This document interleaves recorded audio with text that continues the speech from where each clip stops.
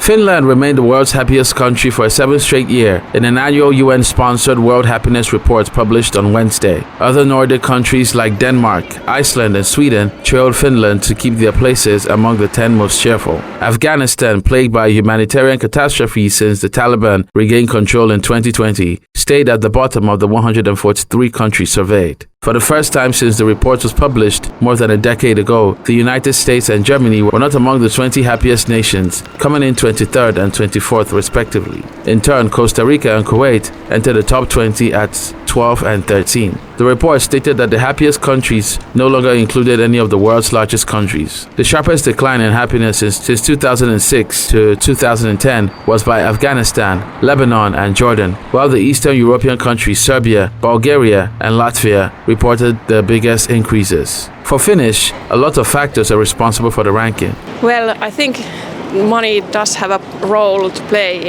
in a happy life. That if you don't have money, it does affect your happiness. That we are for now a welfare state, and that we have quite strong equality here. But this is of course something that, for example, our current government is trying to run down. So I think this is something that we would really need to fight to still keep. Well, I think I have had the opportunities to do what I want. I have a good education.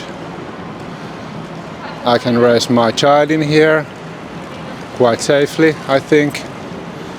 So that is maybe the most important thing for me right now. Finnish people most probably are happier because they can rely on a good institution, so meaning a well-functioning government, low level of corruptions, and a robust welfare. There are many components of Finnish happiness that would be really hard to replicate elsewhere in the world because they are structural, they are intrinsic to the way, for example, the Finnish government and welfare work, and it comes with a long history. But there are other aspects of Finnish happiness that can be, well, maybe not replicated, but we can take inspiration from. For example, the connectedness with nature that Finnish people have that seems to be a very important component in the way they gauge their happiness.